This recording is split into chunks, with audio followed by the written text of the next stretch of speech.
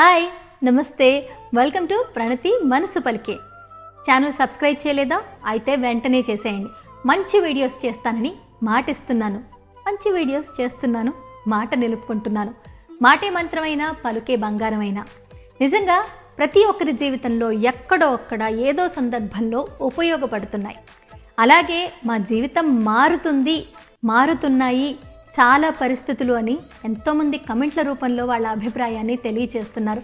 అందరికీ thank you so much. ఎందుకంటే మంచిని వినడం కాదు, ఆ మంచిని ఆచరించడం అనేదే ముఖ్యం.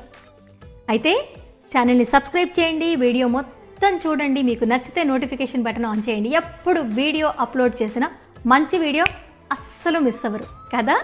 అలాగే నేను ఎలాంటి వీడియోస్ చేస్తే బాగుంటుందో కమెంట్ బాక్స్లో పోస్ట్ చేయండి. మాట ఇచ్చిన ప్రకారం అప్పుడప్పుడు వ్లాగ్స్ కూడా చేస్తున్నాను. అలాగే ఇంకొక విషయం ఏంటంటే, మంచి మాటలు, మంచి కథలు ఏవైనా మీ దగ్గర ఉంటే నేను పంచుకుంటే బాగుండు అని మీకు అనిపిస్తే, మరో నలుగురికి ఉపయోగపడతాయి, మరో నలుగురు చూస్తారు, తెలియని వాళ్ళకి నా వీడియో ద్వారా తెలుస్తుంది అని మీకు అనిపిస్తే ఆలస్యం ఎందుకు, వెంటనే నాకు prematomeepranvi@gmail.com కింద డిస్ప్లే అవుతుంది. prematomeepranvi@gmail.comకి పంపించేసేయండి. మీ మాటగా నేను మరో నలుగురితో పంచుకుంటాను. ఇవాళ పలుకే బంగారంగా ఒక మంచి కథ చెప్తాను. ఆనందం. ఇంతకుముందు కూడా ఒక కథ చెప్పాను, అది విన్న వాళ్ళందరికీ అర్థమైపోతుంది ఆనందం ఎలా ఉండాలి, ఎంతలో ఉండాలి. కానీ ఏంటంటే మనకి ఎంతున్నా కూడా ఇంకేదో ఆశ, పోనీ అది దొరికినా ఇంకా నిరాశ, ఈ ఆశ నిరాశ కదా. ఈ రెండిటి మధ్యలో ఉన్న ఒకే ఒక్క అక్షరం కదండి తేడా, అదే ఆనందాన్ని ఇస్తుంది. ఆ అక్షరం ఏంటో మనం తెలుసుకోవాలి. అదే మనని ఆశ్చర్యంలో ముంచేస్తుంది. తెలిసాక ఇంత సింపుల్ ఆనందం అనిపిస్తుంది. ఆ ఆనందం మన సొంతం అయితే ఇక ఆకాశమే అద్దవుతుంది కదా. అలాగే ఉంటుంది.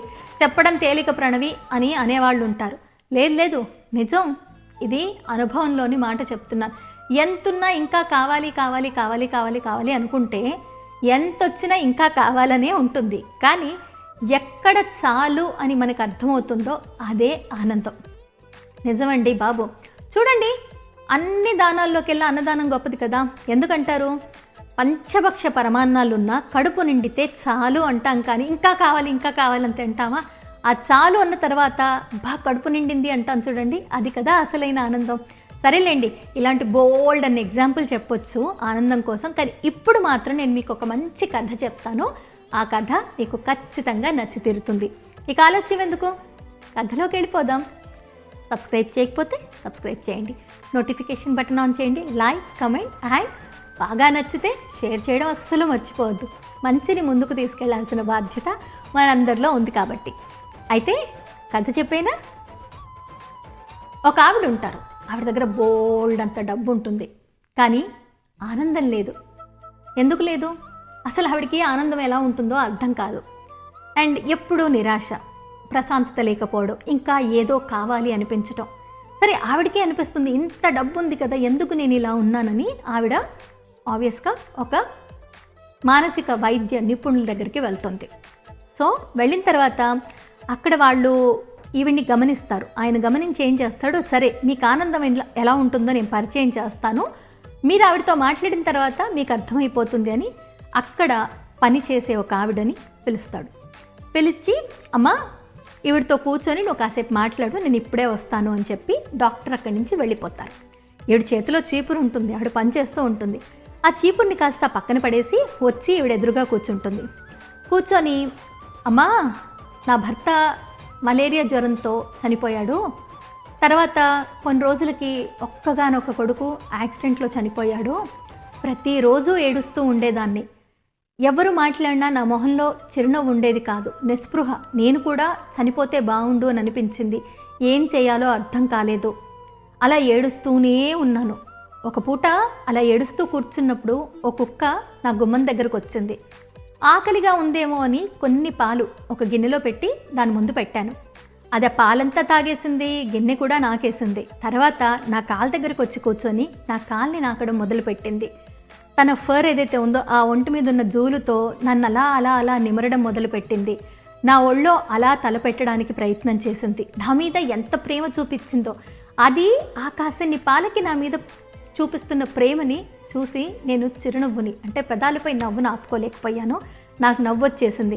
కొన్ని నెలల తర్వాత చెప్పాలంటే కొన్నేళ్ల తర్వాత నేను మొదటిసారిగా నవ్వానా అని నాకు అనిపించింది. ఆ తర్వాత నెక్స్ట్ డే ఉదయం లేచిన తర్వాత నాకు అనిపించింది పక్కింట్లో ఎవరికో ఒంట్లో బాగాలేదు, వెళ్ళి ఒక 2-3 రొట్టె ముక్కలు చేసుకొని తీసుకెళ్ళి ఇచ్చాను. వాళ్ళ మొహంలో ఆనందం చూశాను, నాకు ఆనందం కలిగింది.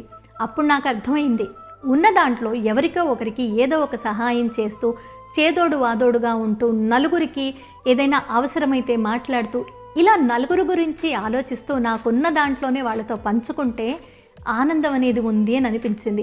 ఆ రోజు నుంచి ప్రతిరోజు ఎవరికో ఒకరికి ఏదో ఒకటి నా చేతనైన సహాయం చేస్తూ వస్తున్నాను. ఇదో ఇప్పుడు నేను చాలా ఆనందంగా ఉన్నాను. నాకే కష్టాలు కనిపించవు, ఏ నష్టం నన్ను భయపెట్టదు. ఎందుకంటే జరగాల్సిన నష్టం జరిగిపోయింది. నా భర్త చనిపోయాడు, అలాగే నా కొడుకు చనిపోయాడు, ఇక నాకెవరూ లేరు, నేను ఒక్కదాన్నే ఉన్నాను. నేను పోతే నేను ఎడవడానికి మరో 4 సంపాదించుకున్నాను. ఇదమ్మా నా ఆనందం అని చెప్పింది. అప్పుడు అర్థమైంది ఆవిడికి, ఓహో నిజమైన ఆనందం డబ్బులో కాదు, ఎదుటివారి మొహంలో కనిపించే చిరునవ్వులో. ఆ చిరునవ్వు మనం తీసుకొస్తే అందులో ఉంది అని అనిపించింది. ఏమో ఒక్కొక్కసారి ఎంతున్నా కూడా మనకు ఆనందం ఉండదు, కానీ ఎంత ఇచ్చినా సరే ఎదుటి వాళ్ళ మొహంలో ఆనందం వచ్చిందంటే మనం ఏదో పెద్ద గొప్పగా సాధించేసామన్నంత ఆనందంతో పొంగిపోతాం. అదే కదా నిజమైన ఆనందం. నేను ఎప్పుడూ చెప్తూ ఉంటా, సహాయం చేశాక పొందే ఆ చిన్న తృప్తి ఏదైతే ఉందో అది ఎన్ని కోట్లు పెట్టినా కొనుక్కోలేము. నేను మళ్ళీ చెప్తా, సహాయం అంటే చాలామంది మెయిల్స్ రూపంలోనో. మీకు చిన్న ఎగ్జాంపుల్ చెప్తాను ఈ సందర్భంలో. ఏంటంటే మొన్న నాకు ఒక మెయిల్ చేశారు, నేను విపరీతమైన కష్టంలో ఉన్నాను, నాకు 5 లక్షల రూపాయలు కావాలి, సహాయం చేయండి అని.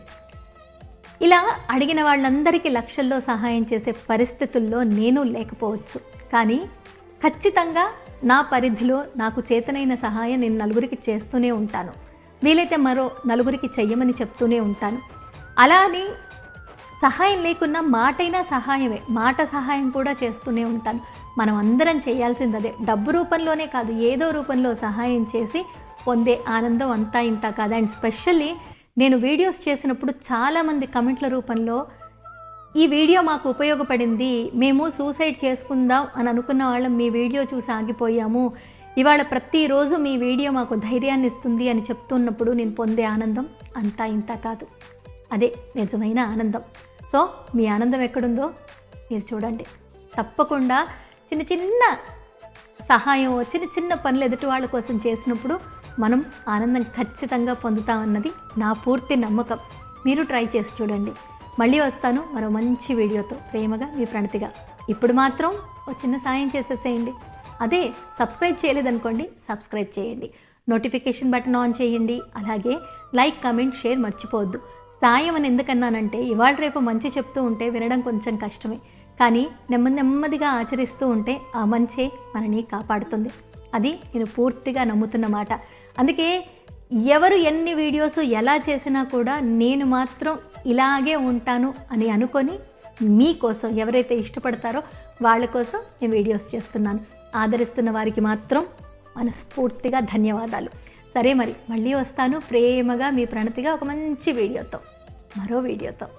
ఉండనా మరి? అందరూ బాగుండాలి, అందులో నేను ఉండాలి. ప్రేమతో మీ ప్రణతి.